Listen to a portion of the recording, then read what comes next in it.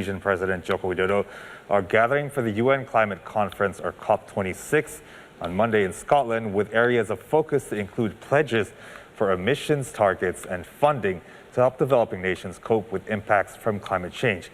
Now, VOA's White House Bureau Chief Patsy Widakuswara is traveling with U.S. President Joe Biden and is now joining us from Glasgow in Scotland. Hi, Patsy. How are you? Thank you so much for joining us. You're very welcome, Krishna. Just a small correction here. I'm from Edinburgh, about an hour away from Glasgow. I'll be traveling to Glasgow in just a few hours to join the press conference. But right now, I am in this beautiful city of Edinburgh. Okay, great. You're in Edinburgh. You are at the COP26. So please tell us, how are the negotiations going right now, and what is the mood there?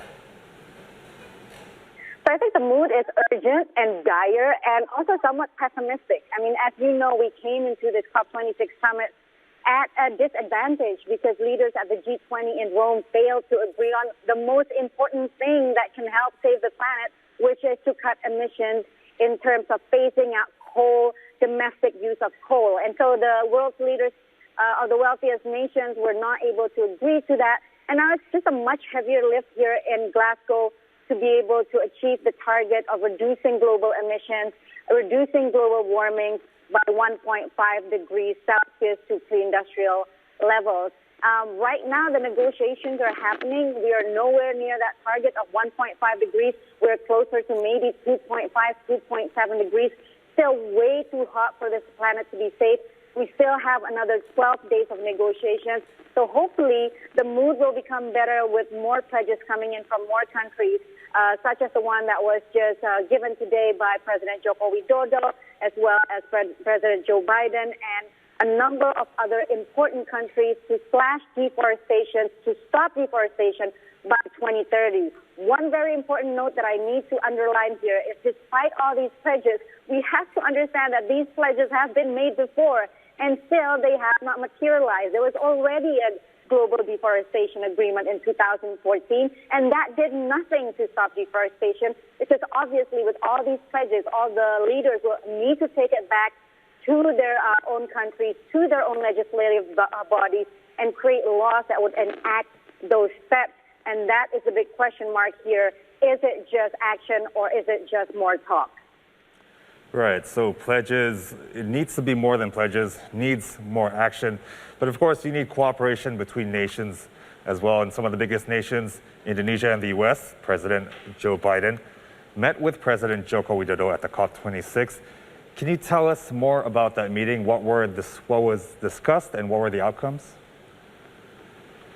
So this is actually a really interesting meeting because we didn't know about it until the last minute. I mean, I kept on asking the White House, what are the bilateral schedules? Who is President Joe Biden meeting? And I specifically told them, if he is meeting with the Indonesian president, please let me know because, we're obviously very interested in that meeting. So yesterday, the topics of discussions were, of course, climate change, pandemic recovery. But some of the more important issues outside of those topics is, of course, also Myanmar. Both leaders agreed to call on the leadership, on the junta of Myanmar, to stop all violence and to bring to a peaceful end of the conflict. As you know, this country, Myanmar, has been in turmoil since February, and up to the point even until the ASEAN summit, the ASEAN leaders made the unprecedented decision not to include the junta military leadership in the summit. So that's one thing that both President Biden and President Joko agreed on, to push Myanmar to be more democratic, to uphold human rights values. But the other thing that perhaps was not, laid out in terms of actual statements coming out of the White House or Indonesia is the fact that Washington really just wants to push Indonesia to take a firmer stance against Chinese aggression, particularly in the South China Sea. Now, obviously, this is a very difficult difficult request for Indonesia, particularly because of just the high Chinese investment in our country, in Indonesia. As you know, China is one of the largest investors. And so this issue of great power rivalry in Southeast Asia, particularly in the South China Sea and in the Taiwan Strait, is definitely on the forefront of the subject of discussion between Biden and Joko. Okay, Patsy. So definitely that was an important meeting because Indonesia plays a key role in the Indo-Pacific region. But can you tell us more about COP26 And what else can we look forward to from the climate change summit? Well, one thing that I'm looking forward to in just a couple of hours, or maybe just about 1 hour from now, President Joe Biden is set to lay out his ambitious climate plan, which includes slashing global methane emissions. So this is a pact that the U.S. is trying to get all the other countries to sign upon to cut methane, which is also another one of those greenhouse gas that contributes to global warming, to cut it by a certain point. We'll see what comes out of the meeting today on what the leaders will be able to agree. But that's certainly one thing, and that's one thing that the U.S. is trying to do at the COP26 here, is to show that America is back in the negotiation table in terms of climate change. As you know, President Donald Trump pulled out of the Paris Climate Accord in 2017.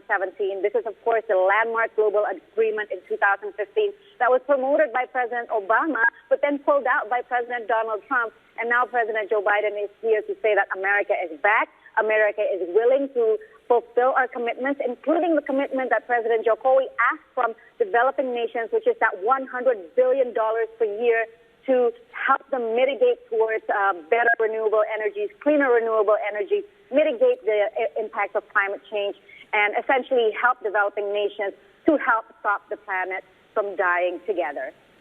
All right, Patsy, as you mentioned, developed nations helping developing nations is a key aspect to fighting climate change, and hopefully we all hope for the best from COP26. Well, thank you so much, Patsy Widakuswara, the White House Bureau Chief from the VOA.